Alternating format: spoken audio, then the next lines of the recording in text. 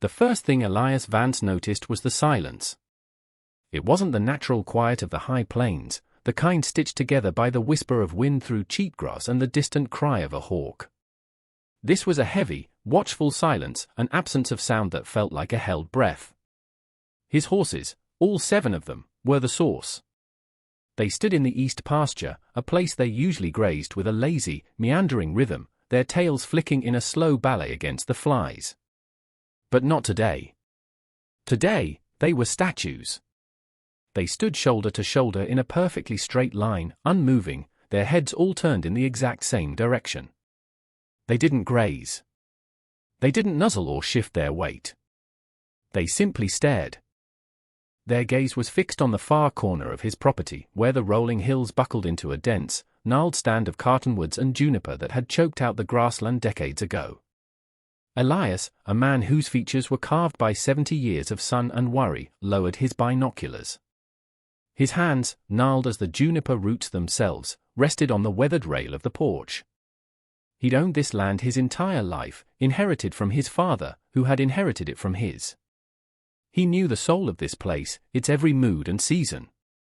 He knew his horses even better. He knew Luna, the lead mare, with her one watchful blue eye and her profound intelligence. He knew Diawlo, the fiery gelding who could never stand still for more than a few seconds. Yet there they were, Diawlo included, frozen in a silent, unnerving vigil. They were pointing, all of them, like a row of living compass needles, toward the woods. Toward the one place on the entire ranch that Elias had always avoided. The place where the old thorn cabin rotted back into the earth. Elias set his coffee mug down on the railing, the clink of ceramic on wood a jarring intrusion into the morning's tense stillness. For 3 days, it had been like this. Every morning, he'd find them in the same formation, in the same spot, their collective gaze locked on that dark patch of trees. He'd tried to break their trance, riding out on his ATV, calling their names, shaking a bucket of sweet feed. They would turn to him, their eyes placid but distant, and follow him back to the barn. But the moment he released them, they would walk, not run, directly back to the east pasture and reassume their positions. It was an obsession. A pilgrimage. The behavior was so unnatural, so deeply unsettling, that it had begun to infect Elias's own stoic calm. The land was his sanctuary, but now a corner of it felt alien, exuding a silent command that had bewitched his animals. He grabbed his worn leatherwork gloves and his sturdiest walking stick from beside the door. The sun was climbing higher, casting long, sharp shadows that seemed to claw at the ground. He wouldn't find answers staring from his porch. The horses were telling him something in the only language they had. They were bearing witness to a wrongness he could no longer ignore. He pushed open the gate, the familiar creak loud in the oppressive silence, and began the long walk across the field. The horses didn't turn to look at him as he passed behind their rigid line. Their focus remained absolute, a silent, unwavering accusation aimed at the trees. The air grew colder the closer he got to the woods, a damp chill that had nothing to do with the morning air. It was a cold that seemed to rise from the soil itself, a deep, ancient cold that smelled of damp earth and decay. The woods were darker than he remembered. The canopy of the old cottonwoods was so thick it blotted out the morning sun, plunging the ground into a perpetual twilight. The air was heavy, stagnant, and smelled of rotting leaves and something else, something vaguely metallic and sour. Elias moved slowly, his boots sinking into the soft, loamy earth. Every snap of a twig under his weight sounded like a gunshot in the cloistered silence. He pushed through a final curtain of tangled vines and there it was. The cabin. It was more a skeleton than a building, its roof long since collapsed into the single room, its walls listing at drunken angles.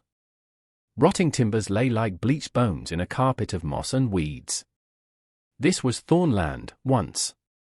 Old Man Thorn, Jedediah's great-grandfather, had built it, then abandoned it nearly a century ago after his wife and child supposedly vanished in a blizzard, or so the local story went. He'd sold the parcel to Elias's grandfather for a pittance and left the state, never to be seen again. The story always felt thin to Elias, a patch sewn hastily over a hole. Now, standing before the ruin, he felt a profound sense of unease. The horses were staring here. Why? He circled the structure, his eyes scanning the ground. He noticed a slight, unnatural depression a few yards from what was once the front door, half hidden beneath a thicket of wild rose bushes. The earth there was softer, looser. Driven by an instinct he didn't understand, he knelt down.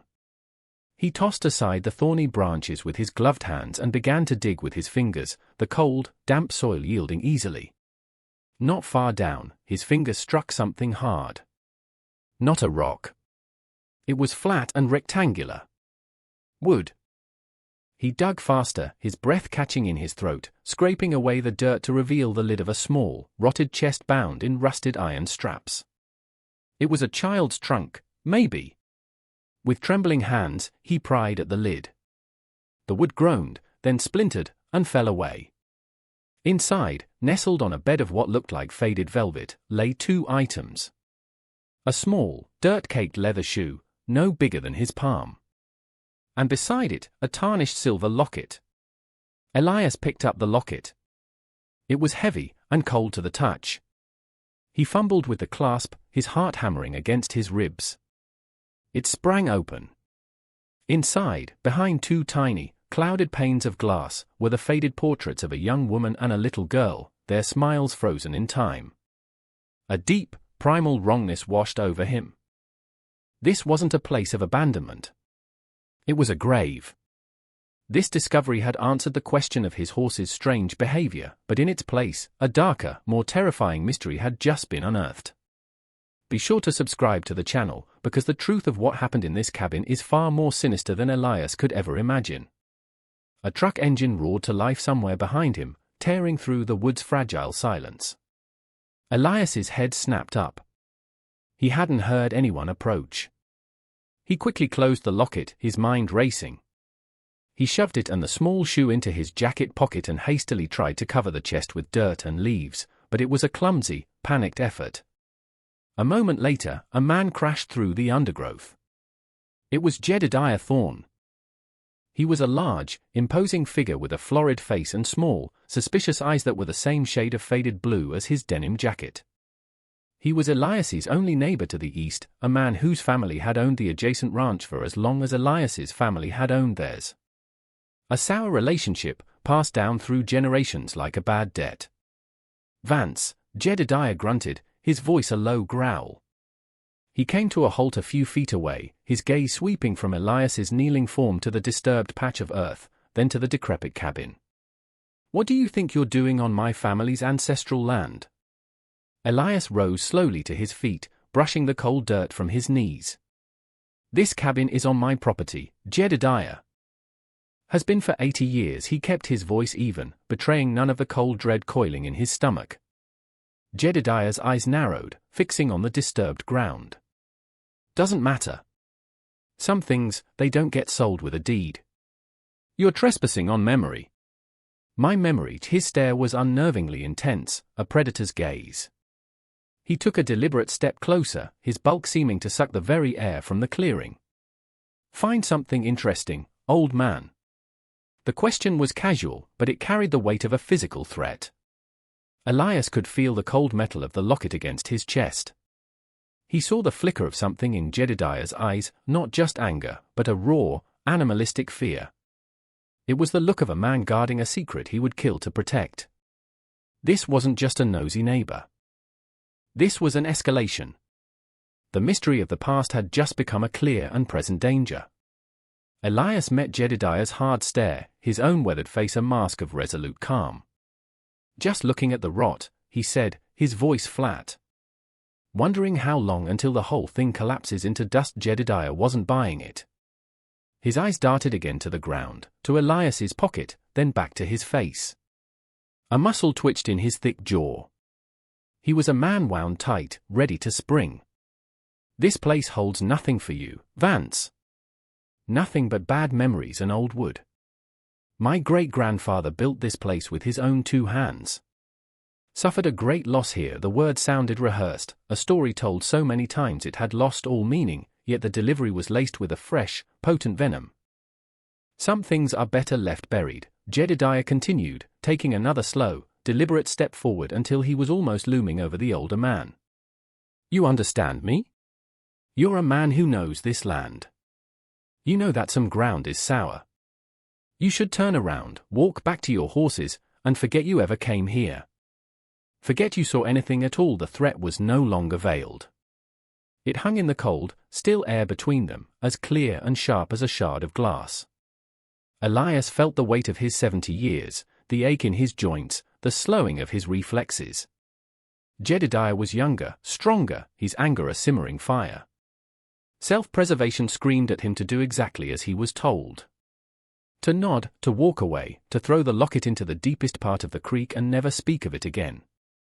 To choose the quiet life he had always known over a truth that was already proving to be dangerous. But then he thought of the horses, their silent, faithful vigil. He thought of the tiny shoe in his pocket and the sad, frozen smiles in the locket.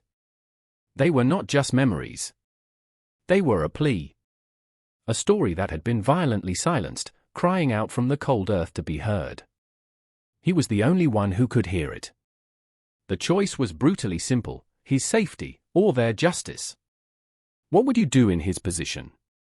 Would you walk away to preserve your peace, or would you risk everything to unearth a dark truth that has been buried for a century? Elias did not walk away. He held Jedediah's gaze, a silent battle of wills playing out in the gloomy clearing. After a long, tense moment, he gave a slow, deliberate nod. "You're right, Jedediah," he said, his voice deceptively mild.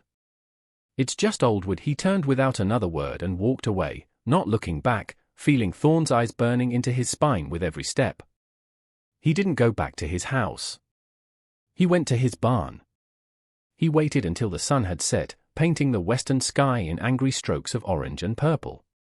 He waited until he heard the distant rumble of Jedediah's truck fading down the county road. Then, armed with a powerful flashlight and a steel spade, he returned to the cabin under the cover of darkness. The woods were a different entity at night, a place of unseen movements and imagined threats. But Elias's fear had been tempered into a cold, hard resolve. He worked by the bright, steady beam of the flashlight, first carefully excavating the entire chest. It was heavier than he expected. He carried it out of the woods and hid it in his barn before returning to the cabin. The truth wasn't just in the chest, it was in the walls. He ran his hands over the rough-hewn logs of the one remaining wall, searching for anything out of place. His fingers brushed against a section of chinking that felt different, harder, more like plaster than dried mud. He chipped at it with the edge of his spade. It broke away to reveal not log, but the edge of a small, cleverly hidden iron door, no bigger than a book. It was a primitive safe, set deep within the stone of the fireplace hearth. With considerable effort, he pried it open. Inside was a small, oilskin-wrapped package. His hands trembled as he unwrapped it. It was a diary, its leather cover cracked and stiff with age. The elegant, looping script belonged to a woman named Elara Thorn. For the next hour, sitting on a fallen log with the flashlight beam illuminating the brittle pages, Elias read the story of a hidden horror. Elara wrote of her husband, Alastair, Jedediah's great-grandfather, a man consumed by greed. They hadn't been poor homesteaders, her family had been wealthy, and she'd brought a small fortune in gold coin with her. But the real treasure was one Alastair had found on the land, a rich vein of gold in the creek bed. He became paranoid, secretive, cruel. The last entry, dated over 90 years ago, was written in a frantic, terrified scrawl. Alastair had discovered she'd written to her brother about the gold, asking for help. "He knows," she wrote. "His eyes are like a wolf's. He looks at me and our sweet Lily not as family, but as obstacles. I have hidden this journal. If you are reading this, I did not escape. He means to have it all for himself. Do not let him. Avenge us." The wrongness now had a name. It was not abandonment. It was murder. A wife and child, erased for gold, their bodies likely still somewhere on this cursed ground, while their killer built a legacy on a foundation of blood and lies. The next morning, Elias didn't wait. He walked the fence line that separated his property from the Thorn Ranch, the diary clutched in his hand. Jedediah was there, mending a stretch of barbed wire, his movements jerky and aggressive. He saw Elias approaching and straightened up, his face darkening. "I thought I told you to stay away." Elias stopped 10 feet away, holding up the oilskin-wrapped diary. "I believe this belongs to your family," he said, his voice carrying clearly in the morning air. Elara Thorne's diary. She wrote about the gold. She wrote about her husband, Alistair. She wrote about how he looked at her and their daughter, Lily, right before he murdered them to keep it all for himself. Jedediah's face went pale, a sickly white beneath his sunburnt skin. The confident bluster of the previous day evaporated, replaced by the same raw, cornered animal fear Elias had seen before, only now it was amplified, naked. "You're lying," Jedediah stammered, but his eyes were fixed on the diary as if it were a venomous snake. "That's just an old book. Stories. My great-grandfather was a grieving man. Was he grieving when he buried his wife and child in a chest fit for a pirate's treasure?" Elias shot back, his voice hard as granite. "Was he grieving when he built your family's fortune on stolen gold and silenced blood?" "This isn't a story, Jedediah. It's a confession. And this land knows. My horses know. They've been standing vigil for your family's victims for weeks." He saw the truth dawn in Jedediah's eyes, the truth of his inheritance. It wasn't just land and cattle. It was a crime, a secret passed down, a sin that had seeped into the very soil. The knowledge was there, in his face. He knew. He had always known. The rage that replaced the fear was explosive. "You should have left it buried," Jedediah hissed, his hands balling into fists. "You have no idea what you've done." He started moving, not back towards his own house, but along the fence, his path angling directly toward the dark woods, toward the cabin. Toward the scene of the crime. Elias knew this was no longer a conversation. It was an invitation to a confrontation he could not refuse. Elias followed him, his heart a steady, heavy drum in his chest. He was no longer afraid. The 70 years on his frame felt not like a weakness, but like a foundation, solid and unyielding.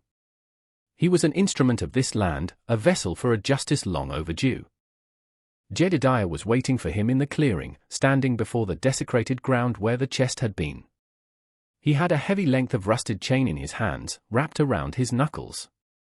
"This ends here, old man," Jedediah snarled, his voice guttural. "This story dies with you." He lunged. Elias, expecting the attack, sidestepped, bringing his solid walking stick up to block the chain. The impact jarred his arm to the shoulder, but the wood held. The fight was a brutal, clumsy dance of desperation and age-fueled strength. Jedediah was a bull, all brute force and blind rage, swinging the chain in wide, deadly arcs that splintered the trees and tore chunks from the earth. Elias was a survivor, using his knowledge of the terrain, his stick a barrier against the onslaught, moving backward, parrying, staying just out of reach. He was being herded, he realized, pushed back toward the edge of the woods, toward the pasture. Toward his horses. They were still there, a silent, equine jury, watching the violent culmination of the secret they had first revealed. Elias stumbled over an exposed root, his balance failing him for a split second. It was the opening Jedediah needed.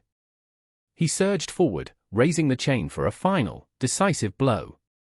But as he did, a sound tore through the air, a piercing, unearthly shriek. It was Luna. The old mare, who had been standing statue still, suddenly exploded into motion. She reared up on her hind legs, her front hoofs striking the air, her one good eye wild with a protective fire. Her massive form, silhouetted against the morning sun, was a terrifying, righteous apparition. The sudden, violent movement and the scream of pure equine rage, happening inches from Jedediah's head, made him flinch. His attack faltered, his eyes widening in shock for a fatal instant. In that instant, Elias surged up from the ground, driving the end of his walking stick hard into Jedediah's midsection. The air rushed out of the larger man in a great whoosh. The chain dropped from his nerveless fingers. Elias didn't hesitate. He swung the stick again, a sharp, cracking blow against the side of Jedediah's knee. The man bellowed in pain and collapsed to the ground, clutching his leg, the fight extinguished from him as quickly as it had ignited. Elias stood over the whimpering man, his chest heaving, his walking stick held ready. The clearing was silent again, save for Jedediah's pained gasps and the soft thud of Luna's hooves as she settled back onto all fours, her duty done. The other horses remained in their line, watchful and calm. The confrontation was over. The violence had passed, leaving only the sordid truth exposed under the morning light. Elias turned and walked back toward his house, leaving Jedediah writhing on the ground. He didn't look back. He went inside, picked up the receiver of his landline telephone, and dialed the number for the county sheriff's office. His voice was steady when the dispatcher answered. "This is Elias Vance out on Route 4, he said. "I need the sheriff." And probably a forensics team. He didn't give them the whole story, just the essential facts. He'd found human remains on his property. He'd been attacked by his neighbor, Jedediah Thorne, who was now incapacitated down by the old cabin. He placed the receiver back in its cradle and sat down heavily in his armchair, the diary resting on the table beside him. The weight of the last few days, of the last century of secrets, seemed to settle over him. He looked out the window, at his horses. They had broken their formation. They were beginning to graze, their heads lowered to the grass, their tails flicking in that familiar, peaceful rhythm. Their long watch was over. The land could finally begin to breathe again. When the sheriff's cars finally rolled up the long gravel driveway, their flashing lights muted by the bright sunshine, Elias was waiting for them on the porch, a silent guardian ready to give his testimony, ready to let the ghosts of Elara and Lily Thorne finally rest. Justice had been slow, but on this small patch of earth, it had finally arrived. The epilogue of the Thorne family secret played out over the next few months. The forensics team, guided by Elias, found the shallow grave of Elara and Lily Thorne not 20 feet from the cabin, their resting place marked by a patch of earth where nothing ever grew.